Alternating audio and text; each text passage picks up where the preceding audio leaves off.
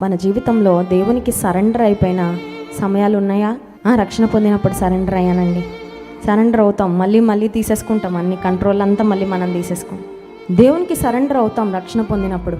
అయ్యా నీకే, ఇంకా నీ చేతుల్లోనే ఒదిగిపోతానయ్యా, నీ చేతిలో ఉండిపోతానయ్యా, నీ చేతులకి అప్పగించుకుంటున్నానయ్యా, నీ చేతిలోనే పెట్టుకోయ్యా అని అప్పగించేసుకొని ఏదన్నా రంగురంగులుగా, ఏదన్నా ఆకర్షణీయంగా, ఏదన్నా మంచి కనబడగానే దూకేసి మరి వెళ్ళిపోతూ ఉంటాం. దేవుని చేతిలో ఉండి పరిగెడతా ఉంటాం లోకం వెనకాల.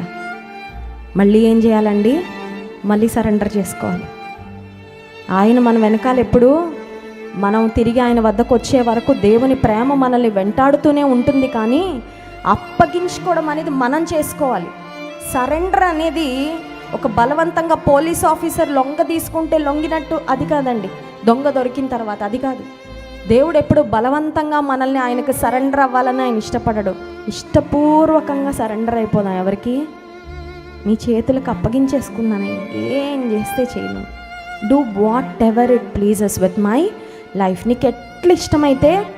కొన్నిసార్లు అర్థం కాకపోవచ్చు, నా జీవితంలో ఏం జరుగుతుంది, ఎందుకు జరుగుతుంది, ఈ పరిస్థితులు ఎందుకు వచ్చాయి, ఎలా వచ్చాయి నాకు అర్థం కాకపోవచ్చు.